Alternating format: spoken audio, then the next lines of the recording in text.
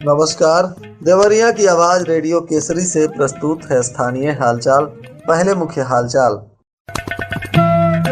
Police अधीक्षक ने picnic spot का किया निरीक्षण। जल जमाव से परेशान लोगों ने जिला पदाधिकारी से की मुलाकात।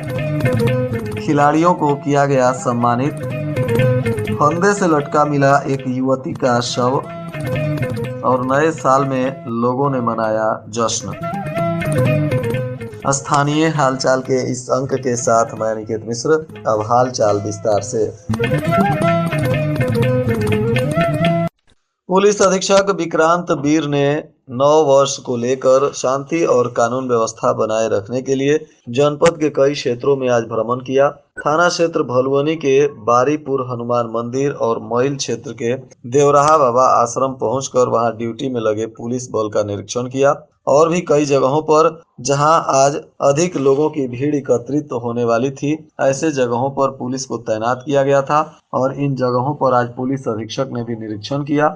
जहां जहां पिकनिक स्पॉट था या जहां मंदिर में श्रद्धालुओं की भीड़ ज्यादा आने वाली थी, उन सभी जगहों पर दंडाधिकारी के साथ पुलिस बल की तैनाती की गई थी।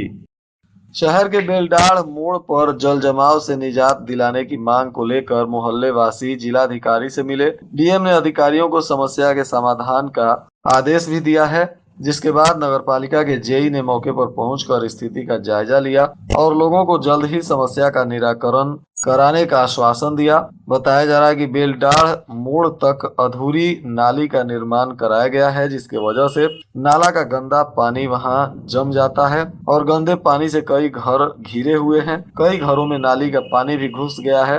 रुद्रपुर मेन रोड पर नाली का पानी बह रहा है। राहगीरों को आवागमन में काफी परेशानी का सामना करना पड़ता है। उनके ऊपर गंदा पानी का छींटा पड़ता है। बार बार शिकायत के बाद भी नगरपालिका नहीं सुन रही थी, जिसको लेकर अब मोहल्ले वासियों ने जिलाधिकारी से मुलाकात कर अपनी समस्या से उन्हें अवगत कराया।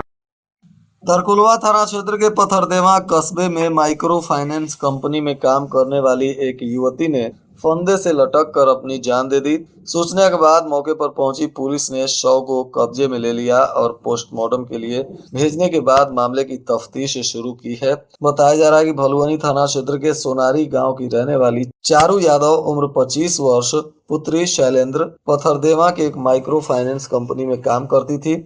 कस्बे में ही वह किराए पर कमरा लेकर रहती थी। मकान मालिक के अनुसार मंगलवार की रात को खाना खाने के बाद वह अपने कमरे में सोने चली गई। बुधवार की सुबह जब काफी देर तक चारू के कमरे का दरवाजा नहीं खुला तो महिला मकान मालिक उसे जगाने पहुंची। कई बार आवाज देने के बाद भी जब कमरे से कोई प्रतिक्रिया नहीं आई तो मकान मालिक को शक हुआ। खिड़की से जब स्थिति को देखा तो सभी लोग दंग रह गए और इसकी जानकारी पुलिस को दी गई। अब पुलिस पूरे मामले की तफ्तीश में जुटी हुई है।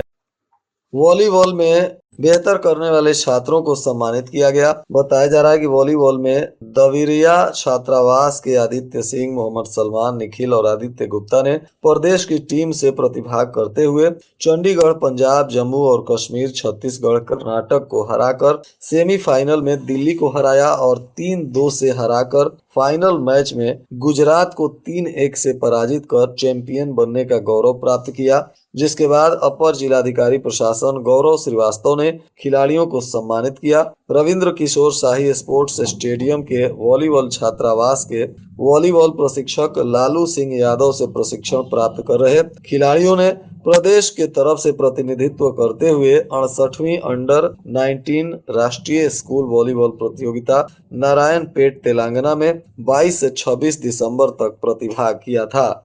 2024 की विदाई और नए साल 2025 के आगमन को लेकर लोगों में उत्साह और उमंग देखा गया। नए वर्ष के आगमन को देखते हुए होटल, रेस्टोरेंट को खूबसूरत ढंग से सजाया गया। शहर के गली मोहल्लों से लेकर कस्बों, गांवों तक हर जगह नव वर्ष की धूम देखी गई। आधी रात को घड़ी की सुई ज्यों ही 12 पर पहुंची, नाचते गाते युवा हैप्पी न्यू ईयर बोल गूंज उठे। हैप्पी न्यू ईयर बोलने लगे। आधी रात से ही इसकी गूंज कई जगहों पर सुनाई देने लगी। आधी रात से ही लोग एक दूसरे को बधाई भी देने लगे।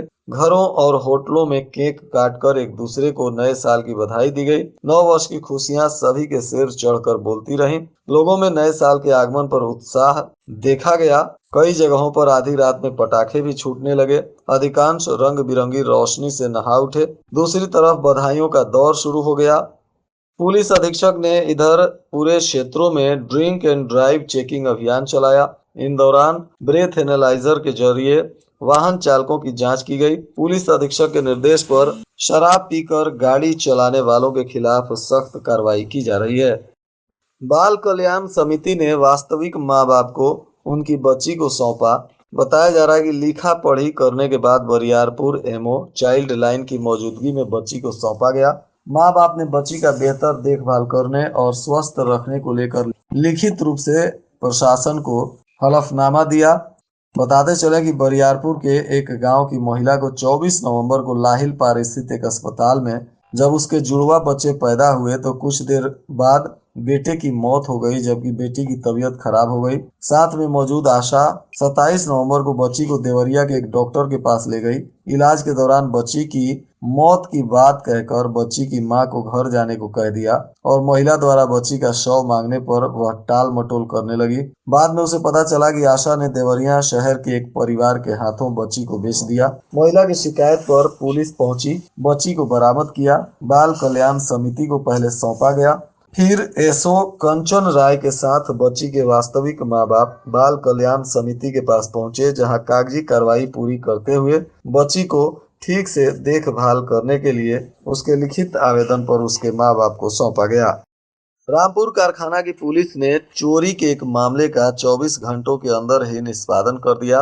बताया जा रहा है कि थाने से महज 100 मीटर की दूरी पर चोरों ने कुंडी तोड़कर सोने का ओम और नगदी चुरा लिया था। मेन चौराहे पर चोरी की इस घटना से पुलिस की किरकिरी हो रही थी। सामान के साथ 3 अभियुक्तों को पुलिस ने गिरफ्तार कर लिया। नगर पंचायत रामपुर कारखाना के सुनील विश्वकर्मा फास्ट फूड का अपना ठेला और सामान रामपुर कारखाना के मुख्य चौराहे पर लगाते हैं, वहीं किराए के मकान में रहते हैं और इन्हीं के घर में चोरी हुई थी, जिसको लेकर अब पुलिस ने मामले का उद्भेदन किया है। बताया जा रहा है कि 77,000 रुपए नगदी, सोने का एक चेन और अन्य सामान चुराया गया था। इसी मामले में पुलिस ने मुखबिर की सूचना पर करणपुर उर्फ पचफेड़ा मोड़ के पास प्रिंस राजभर को गिरफ्तार किया, जो नोनिया टोला वार्ड का रहने वाला है। वहीं सन्नी प्रसाद केहुनिया थाना भाटपा रानी का निवासी है, इसे भी पकड़ा गया। पिंटू राजभर को भी गिरफ्तार किया गया। इनके पास से चोरी के रुपए, टूटा हुआ सोने का लॉकेट बरामद किया गया है और अब इन सभी लोगों पर पुलिस कानूनी कार्रवाई कर रही है। रुद्रपुर में सुशासन सप्ताह के तहत क्षेत्र के रामचक गांव में चौपाल लगाया गया, जिसमें ज्वाइंट मजिस्ट्रेट और रुद्रपुर की एसडीएम श्रुति शर्मा ने गांव के लोगों की समस्याओं को सुना। इस दौरान जल निगम की समस्याओं को ग्रामीणों ने रखा, जिस पर ज्वाइंट मजिस्ट्रेट ने नाराजगी जाहिर किया। साथ ही जल निगम को 1 सप्ताह के अंदर समस्याओं का निस्तारण करने का भी निर्देश दिया गया।